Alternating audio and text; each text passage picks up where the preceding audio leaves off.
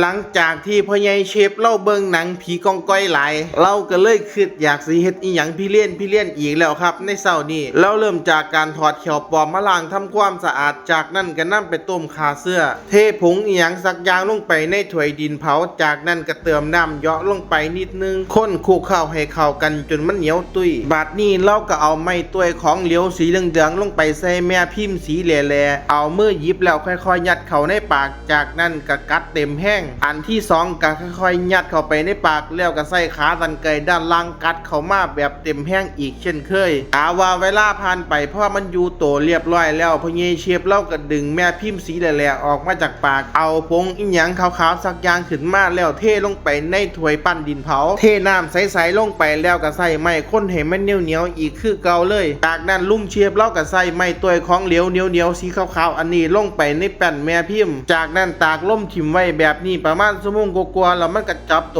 กันจนแข็งในเวลาต่อมาลุงเชฟเล่าเก่าอีหยังสักอย่างหนึ่งมาผสมกันแล้วมันก็เกิดปฏิกิริยาออกซิเดชันจนกลายเป็นของใสๆพอได้พลาสติกสีขาวจำนวน4 อันบัดที่นี่ก็เอามาซุปใส่กันจนมันเกิดกลายเป็นเขี้ยวปลอมผู้ใดคิดว่าเขี้ยวปลอมของพ่อใหญ่เชฟเล่าซุปใส่แล้วคือพญางูก็ให้กดไลค์